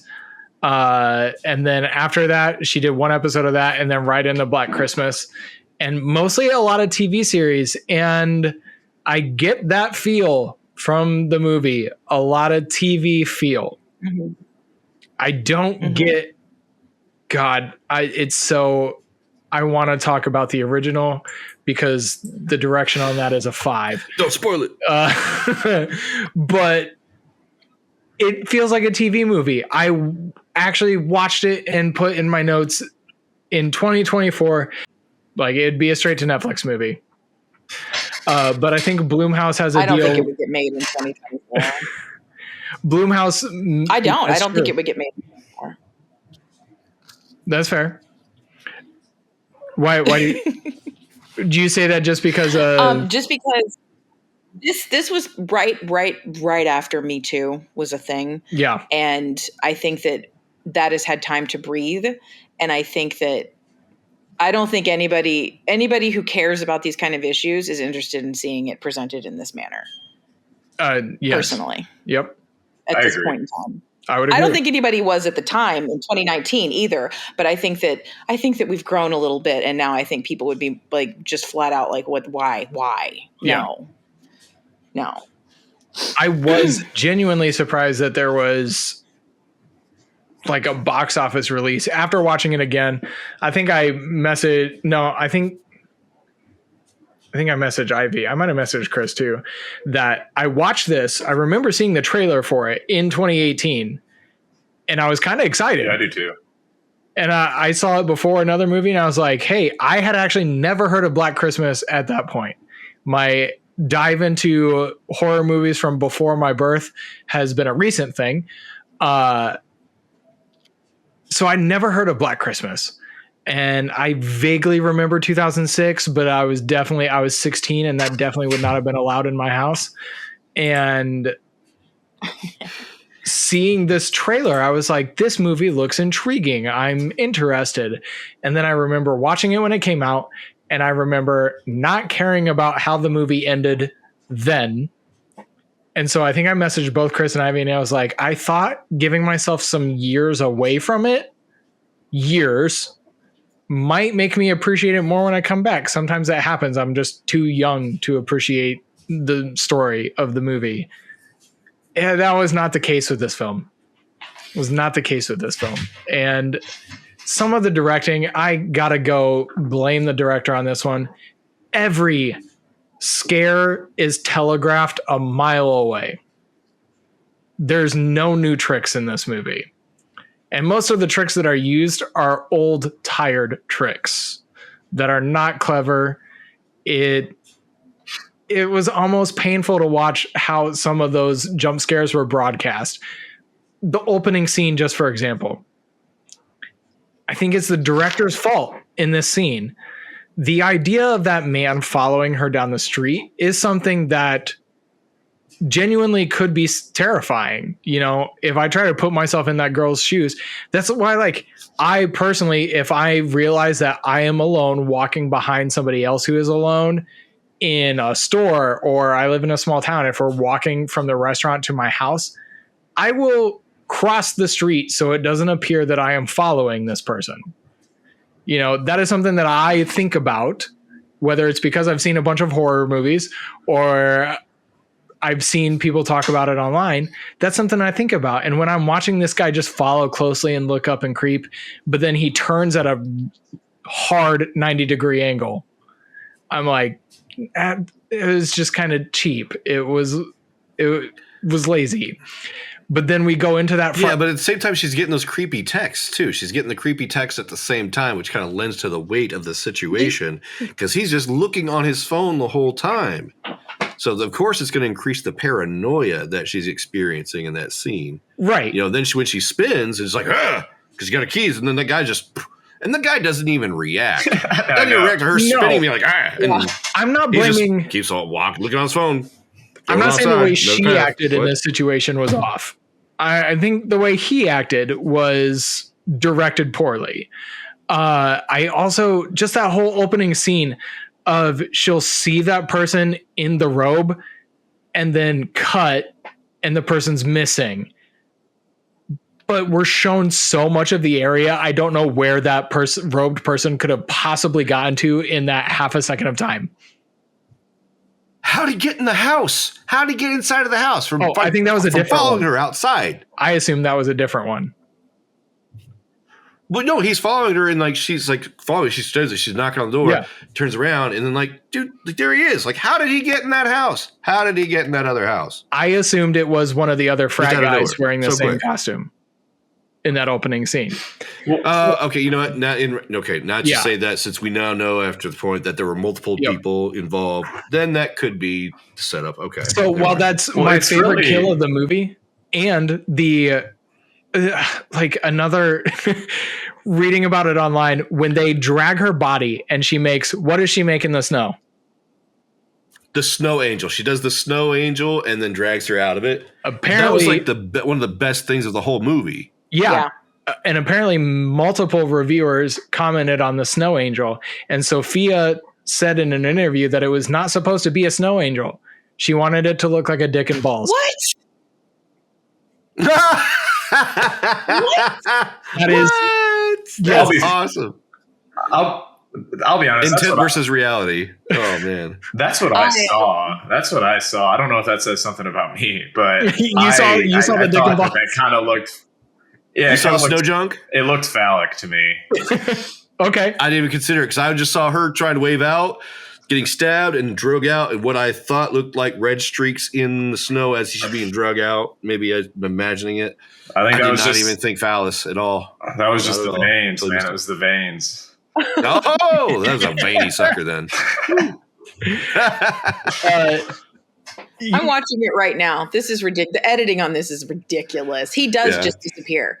Yeah. And it kind of looks like he disappears while she is watching him. Yes. It was so poorly. It's rough. It's rough. And that's where I ultimately had to, I think this is my second fault of this movie. I think the script is terrible. I think the directing is bad. And it could be that the 30 minutes or so that is cut restores some of that weird direction choices, but we'll never know because that didn't get released. The other just fact that I have to throw out about Sophia Takal, initially pitched the remake of I Spit on Your Grave to Jason Blum. What?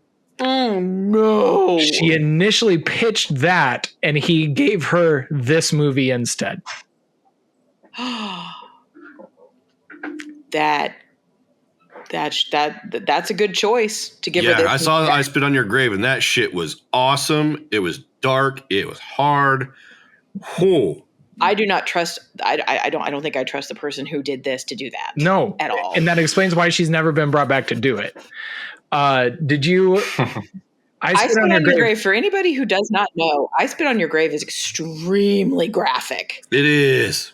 Oh, so hard. It's so one that gritty. It's one that like I am hesitant to watch. I have not seen that. I do that. Watching a lot of that tore me up. Watching that. Oh my god. That one and I've never seen it. Is it just? There's sequels to it, but the first one, you definitely watch I Spit on Your Grave. Definitely watch that. Oh my god. It's a revenge, and it's one of the real bad. It is such good revenge. Such good revenge. Like you cheer her on so hard for the revenge. It's that sweet. Sorry. Yeah. See, but on that note, one of the things that I was actually really pleased with up until the end, I've actually seen this movie about 4 or 5 times. And I completely forgot they show Riley's like a little tiny like whisper of her scene. Mm-hmm. One of the things that I was really happy about watching it this time, I was like, oh, they're not going to show the rape scene. That's pretty cool. And then they do in the end.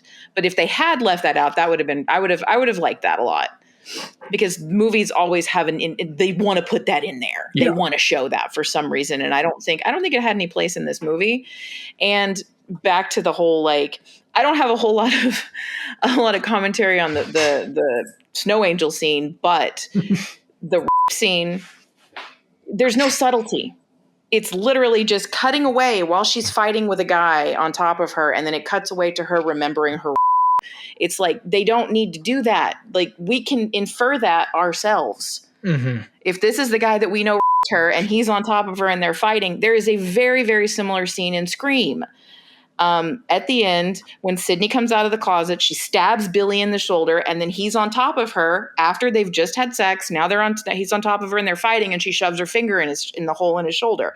Like, that's a way to do that where they don't have to cut back to Sydney and Billy up in the bedroom having sex. Mm-hmm. Like, we can make that leap, and this movie never wants you to do that because this movie doesn't want you to think.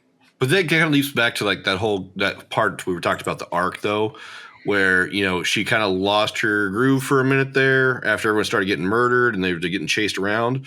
And then she's got dude on top of her, and it's almost like that first kill where the killer's on top of Lindsay and she's struggling, fighting, her arms are up, and then she's like flailing.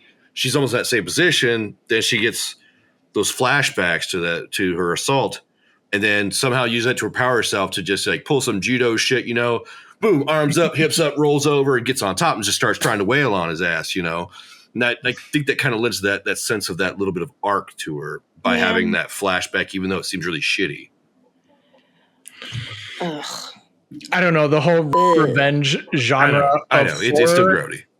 Like we mentioned, I Spit on Your Grave, and I mentioned The Last House on the Left. Neither of those are movies that have been on my radar just because those movies are hard for me to watch. I don't take. I haven't watched either of them yet. I've been meaning to. I love Friday the 13th, but I'm not gonna. Those movies are a little bit too real, too raw. Yeah. So I saw some of those at a young age when I should not have seen them. I think that kind of skewed me a little bit, maybe. But yeah. Anyway. Well, the original Last House on the Left was a Wes Craven movie too. Yes, and that's why I want to watch it because I love Wes, but I also know it's a really rough watch. Very much so. It is, and then, yeah. Some I are saw just them really because tough. I figured I should, not because I wanted to watch them. I don't think, unless you know exactly what the content of those movies is and you're comfortable with it, you shouldn't be watching them. They're a lot. Yeah, they're intense. All right, so Chris, did you have anything on direction? No, I do think we've mentioned Scream a few times. I think there's a lot more Scream influence in this movie than Black Christmas influence. With the hooded figures and kind of that first scene, it's kind of like a Ghostface duo scene. I mean, it's in the Scream movies, it's not character killers. Yeah, it's not as like absurd, and the masks Scream movies, of it makes a little more sense Dr. with the Doom. set. They do, Yes, yeah. they do. Better Dr. Dooms than the Fantastic Four remake, most recent. I didn't even think about that. I just thought it was a shitty mask. Look at some looks like some like painted over duct tape shit. Yeah, it's a pretty rough mask. But yeah, no. Yeah. I have nothing to say about direction. I gave it a 1. Yep, I was a one thing I want to bring up also, the all the scenes where they're walking around in the town, aside from like at the college and at the frat house or sorority, the neighborhood, the images of the neighborhood did not match up with the frat houses and the whole college build. None of that matched at all. I didn't even think Where of that. are you getting, like, you're living in a college town and you got all these like tiny little 2-bedroom houses in the middle of what looks like the middle of nowhere, these like tiny little nowhere neighborhoods that they're walking through. I mean, I get that some college towns in like country areas, like if you were like in Carbondale, like Southern Illinois, you know, a lot of fields and small stuff, but like, I don't know, just for the type of college they're trying to portray and the size of the sorority houses and the way they looked, didn't match with everything else from all the other neighborhood scenes where you see Riley talking to Landon, or when Lindsay's trying to go home and gets attacked by the killer in the opening scene. Some of that stuff didn't quite scale up and match to me. Yeah. So it was kind of bad with how they set that up. If it helps explain it, the film was shot in New Zealand, so I don't know what a New Zealand college town looks like. Oh. Yep. Well, okay. I was going to say too, and I know we're not supposed to talk about the first one really, but the first one kind of has some of that too, but the first one takes place in Canada, I believe. So I always just assumed Canada was different. Well, see, in this film, I assumed this was like at some American college. I didn't. Yeah. I think it's The supposed first to one be, takes but it was. place in Canada? It was thought it filmed was in just Canada. filmed in New Zealand. Okay. Yeah. Yeah, but I thought it might have been like some of the girl characters have like a Canadian thing to them, like their voice. So I just kind of thought. I know Bob Clark's Canadian, or I thought he was. It totally could. But yeah, I've I don't never know. noticed. Does it say it takes place in Canada? We'll find out on our rewatches. I don't think so.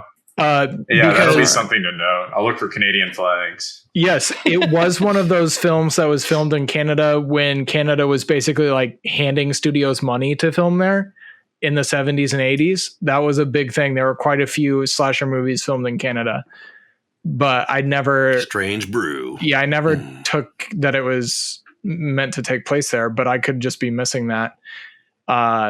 Canada And probably thinks it takes place there, and I think yeah. it takes place here. All right. There's a note. There's a note on IMDb saying that the murders were partially based on some real murders in Canada.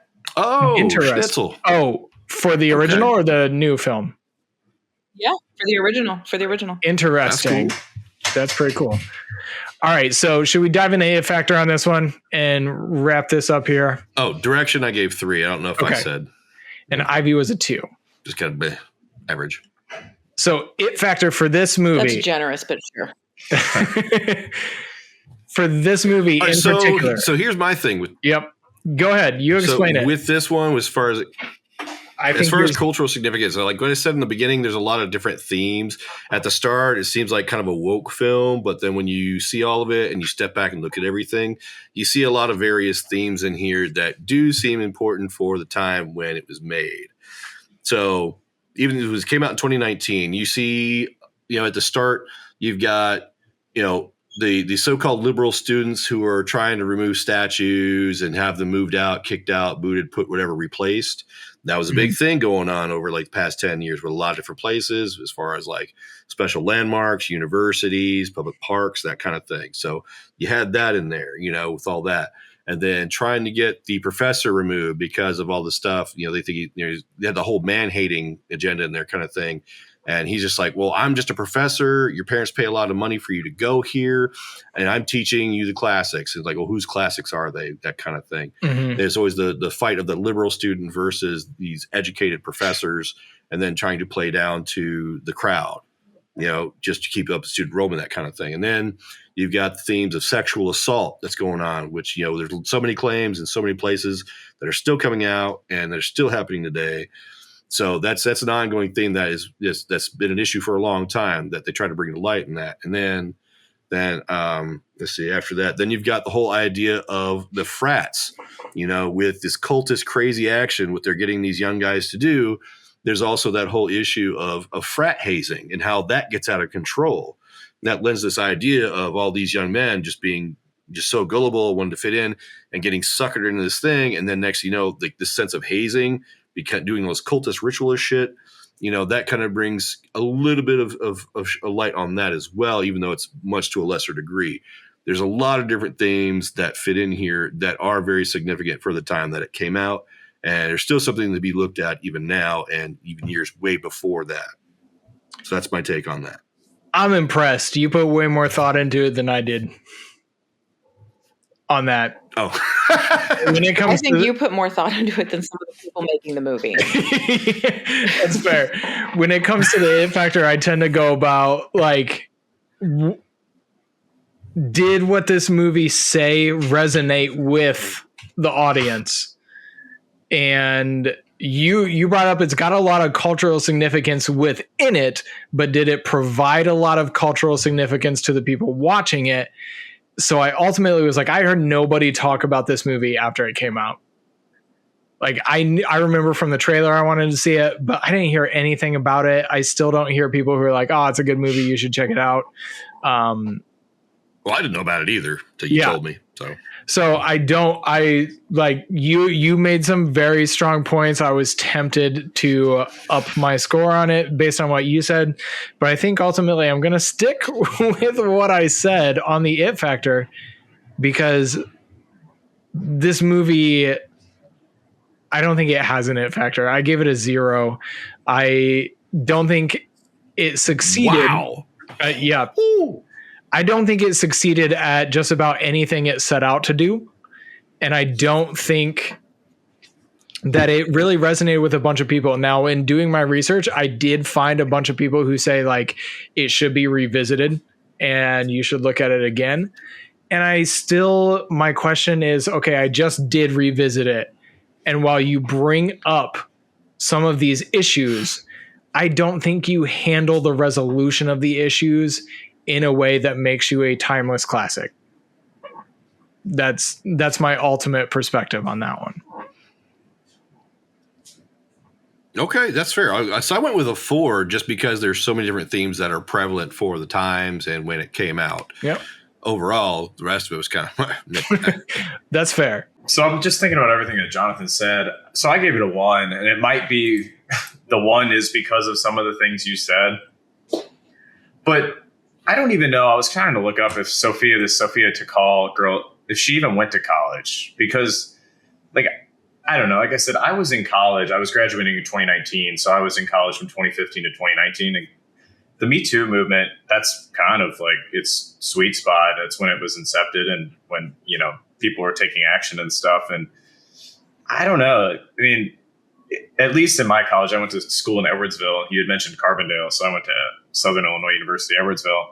And we didn't have like a huge frat or sorority culture, but I mean, at least for our college, like Me Too was kind of like a unifying experience. Like, I think like frats and sororities kind of teamed up and, I mean, there was maybe guards instilled and stuff to like actively work to prevent the things like Brock Turner or whoever. I mean, I'm not trying to just name drop people, but. No, you can name drop that one. Okay. Yeah, that's fine. Yeah, it's totally acceptable. That guy's a goo bag. He deserves everything he gets in the worst way. He was I condone bad things, but so bad. Brock Turner. Yeah, and so I don't know. And then talking about the professor, like every college professor is super liberal. Like they're very, very left. Yeah. And so I don't know. I just don't really think. I think she's so like distanced from kind of like college culture at the time and the Me Too movement herself. Like I think, and I don't want to speak for her. I mean, I don't really care, but I want to try to respect her how I can, despite me hating her movie. But I will watch her Gilmore Girls episode, or Gossip Girl. I didn't even remember that. Just watch Gone Girl instead. Yeah, I mean that movie I think talks about some of these issues better than it definitely does. It talks about similar issues. Mm-hmm. So yeah, I just think that she tried to like make some sort of statement relevant to the time. And I mean, she definitely, shoved it in our faces, but I think she was just so separated from it that it didn't hit at all. And we've talked about it a lot, but so yeah, I give it a 1. That makes a lot of sense. The idea of being kind of separated from that culture, that clicks for me. I don't know how true it is or what, but it would explain some things. I mean, she might have been embedded more into the Hollywood side of things, but I just think that's a different beast. Like Harvey Weinstein's different than Brock Turner. And, right. But even then, I don't think, looking at her filmography, I don't think she had any place in Hollywood. Quiet on Set documentary, if you haven't watched that. Is that the one about Dan Schneider? Yeah, the Nickelodeon one. Yeah, I've been thinking about watching that, but I'm like, kind of like, man, I don't know how sad I really want to be. It's one of those because that's just, I know watching that's going to make me really, really sad. It's one of those that is brutal, but like it's a good watch, but it's a tough watch. Because I always loved Drake growing up. I loved Drake. And then I was sad when he seemed to, like, the media talked about him spiraling out of control. And then you watch this and you're like, oh, okay. No wonder. Yeah. But the thing that kind of bothers me about the whole thing is Corey Feldman's been telling us for decades. So why... That's why I'm like, okay, cool. Quiet on Set now is in everybody's news about Nickelodeon. But I'm like... Corey Feldman has been saying it and was ostracized since 90, but he's just the next generation to bring it to light, because I mean, a lot of kids nowadays don't really know who Corey is, versus what they know of Josh and Drake and that whole story. Yeah. Now they see this. So it's just a rehashing of the story and refreshing in people's minds that, yes, this is still happening. Yeah. This is still a problem. Still need to be do something about it. Corey's band The was most playing surprising 30 thing to me minutes. is how Go ahead. recent this all is. How The what? most surprising part to me was how recent it all is. Yeah. It's just really recent. It feels like some of this stuff shouldn't be going on. And I saw stuff from like things that were still airing on Nickelodeon like 5 years ago. Yeah, it's surprising. And Corey Feldman was playing 30 minutes up the road from me, and I legitimately wanted to go. And my buddy was like, "Is that a joke?" And I was like, "No, I might not care for his music, but I want to support the dude. He's been speaking out. He's been through some rough stuff." But let's wrap this up. Ivy, did you have comments on? You should. What?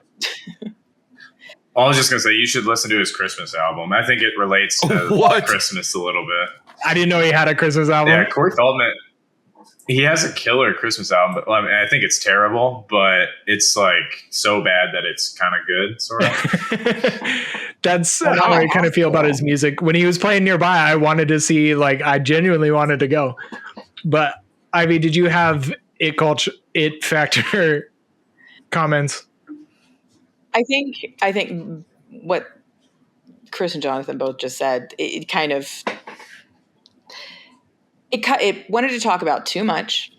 And I don't know how much of any of this woman has experienced herself. And I think it honestly is more divisive than anything else. Like, it seems like she wants men and women on separate sides. It seems like she thinks that women should be kicking ass and killing frat boys and that kind of thing. And it seems like she's happy. Like it just I don't like that. I don't like that at all, because let's just focus on the on campus type of thing, the Me Too type of thing. That's not getting fixed unless men and women work together. It's not. It's not getting fixed. Yeah. Because it just is what it is. And I think villainizing men and saying all men are terrible or all men could fall into this trap, because I'm sure that's what she's trying to say with the black goo and the good guy. But I think one of the reasons it bothers me is because a lot of those things would normally speak to me, but my God, I'm not interested in hearing men are terrible, women need to be women and not girls. I'm not interested in that. And I think that's all she wanted to say. And she didn't want to make a slasher movie. I don't know why you're going to make a slasher movie and then take out everything that makes it a slasher. Yeah. So. And then by burning everybody at the end, you lose a sense of accountability for the guys. Uh-huh. Yeah, which kind of kills that. It's just, So Ivy, if she wants, you gave it a 1, but go ahead. Go ahead. That was it. I was just. I don't know. The whole thing leaves a really bad taste in my mouth, because it feels like if we have this out there, it downplays how serious of a situation it is, because nobody's going to listen to this and take this seriously. If this is what people think is happening at college campuses, where it's just liberal girls running their mouths and acting like the classics are not the classics because women didn't write them or because whatever, people are not going to be interested in hearing the actual message. Yeah. So it's more harm than good if you're trying to say something. Good point. And I can name 24 better movies that do this. And that's kind of why it's surprising to me, because there are female writers and directors working in horror who could have done this a better way. And I don't know why they got hired and she did. Yes. And I don't know this woman. She made a movie. I didn't. So it's nothing against her. I just do not understand. I don't get it. So let's go. We will do our final how entertained were you, and right into your total score combined with any final thoughts that you have for the film. And we will wrap this up because this was a rough one for us. Yeah. 6 overall, entertained. 6. You got to see some action, some running around, a little bit of killy, some dumb stuff, some comeback action. That's about it. I love the way you sum that up. A little bit of killy, some dumb stuff.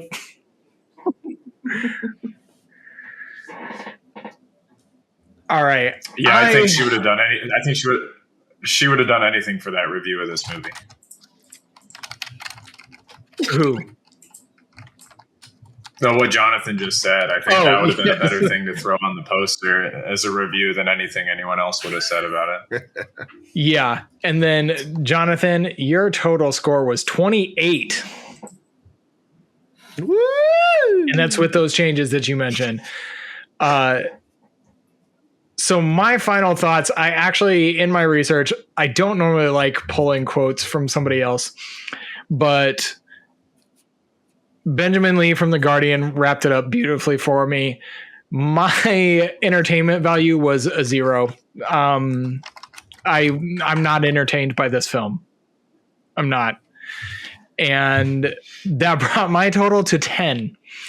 But I thought, Oh, wow. I thought the quote wrapped it up. It's quick, cheap looking, and entirely devoid of suspense, atmosphere, and dramatic tension. So inept at times that it makes 2006's questionable remake suddenly seem like misremembered masterwork. And that was from Benjamin Lee at The Guardian. And that's kind of how I walked away feeling from this. Like I said, it kind of looks like a TV movie. It's cheap looking. It's cut poorly and quickly. I felt zero suspense. The Christmas horror atmosphere wasn't there for me. And I felt no tension. There might have been moments when I felt for Riley in her situation, but ultimately I was not entertained by this film whatsoever. I thought there might be something coming back for rewatch, but this is one that unfortunately I don't even think it's so bad it's good. What would make this movie good is like a Riff Tracks or Mystery Science Theater 3000 coming back and talking over it and making jokes about some of like, why did those girls hide in the broom closet instead of the bathroom and lock the door? Like there's a lot that could be joked about, or if it was a satire instead. But ultimately my final score was a 10. This is probably the lowest I've ever scored a movie. Yeah, I was going to ask you that if it was. Yes, I have never given, I think I've only given 1 0 ever before. And we did Troll 2, but Troll 2 entertains the heck out of me. It might have its own problems, but I'm entertained with that film. All right, Chris, you have your final? I didn't add it up. Do I need to? You added up our 13. I had 13, I think. Yep. Yeah, 13. I would have given it a lower score, honestly. I would have given some zeros. I was trying to be generous. The only 2 times I was entertained were the 2 funny quotes that I want to read one more time because I think they're so funny. Christmas lights expire. Oh god! And do you just put the ham in the oven? So I think that was. I've seen movies that didn't make me laugh at all, and that were supposed to. So I gave it a 1. All right, and then Ivy, do you have final thoughts for it, or you think you've covered? My total was 21. Yep. I was being very, very, very, very, very nice. I will say, like I said, I've seen this movie 4 or 5 times. I don't know why I keep watching it. It's not like in a row. It's every once in a while. I think maybe because I always watch the original every Christmas. I think I always have like a want to go back to it again. And I love movies that are big groups of girls getting murdered. Love it. I just love them so much. And I think that's the one thing that keeps me coming back is that they do have that going for it, that it is nice. That there's a big group of friends, you're kind of seeing it, even if they're inauthentic, even if they suck. If they made this thing a comedy and focused in on one thing instead of everything, this could have been a much better movie, and I would have given it a much higher score. But as it is, meh. I'm here for that comedy version of it. So that is our not so brief summary of Black Christmas 2019. We honestly went about double what I thought we would because I didn't think I'd have a whole lot to say about this film. Yeah, I wouldn't be sitting in darkness right now if I would have thought this would have gone past sundown. Yeah, I thought it was going to be a pretty short pretty short recording. Chris and Ivy will be back to talk about the 2006 version. Yeah. And then we are going to wrap up. So the Black Christmas, I wanted to end 13 Nights of Halloween with the original 1974 Black Christmas. So this is our season premiere. And then we're going to get I believe it's the Big Mac. I don't eat a lot of fast food, but the one that has 3 buns. Black Christmas is our 3 buns. We're going to have first one, we'll have Black Christmas 2006 in the middle. And then we're going to have Black Christmas 1974 at the end. So this is kind of a rough one to kick off 13 Nights of Halloween because it's a rough movie. Our average overall, combining our scores, including my wife's, which was a 6 total. This is the lowest I believe I have ever given anything on my show, and I feel bad. I do, but that makes our average a 15 out of 50. Ooh. Which puts it in the terrible category. So this would be a 1.5 star if you're doing a 5-star rating. 1.5 star. Unfortunately, I don't think that is inaccurate. I think that's probably a pretty reasonable score. We're going to dive into the 2006, which the story is a little different from this one, and everything gets turned up to 1,000 in the best ways. So we will be back. Thank you for joining us for the first episode. Ivy, Chris, you want to say anything? Just thank you for having me. Oh, glad you're here. Glad to have you here. Yeah, all I wanted to say was, thanks to Ivy. We appreciate your perspective because, I don't know, this would have been different if it was just kind of 3 dudes talking. And so having the female, perspective is good. I mean, having the female perspective, especially for this movie and this whole series, is going to be great. So. That is honestly why I was so glad she wanted to join these episodes, because I don't think it's fair for us to sit here and discuss it. But I had a couple of times where you guys wanted to say stuff, but you didn't want to say it, and then I said it, and you were like, "Oh God, thank God we can talk about it." maybe. I won't lie. When Tim told me that you were going to be on, I was very scared about just saying things, especially about this movie. But no. Well, see, the thing is, this one is the divisive one, and then I think as we go, we will find ourselves in agreement on the rest of them. The progressive nature of the original is awesome. Yes. Yeah. Yeah. Jonathan hasn't seen that yet, so he'll get to that one. I didn't mean to spoil anything. It's okay. All right. So we will see you tomorrow with the next movie in 13 Nights of Halloween. Our first 7 nights are the remakes, and then our final back half is the originals. So it'll be 6 days before we get 2006 Black Christmas. So stick around for the rest. Submit those scores. Post pictures of the cocktails. If you make those cocktails and drink them, I don't want to see what happens with the drinking game from this movie, because I don't be responsible, okay?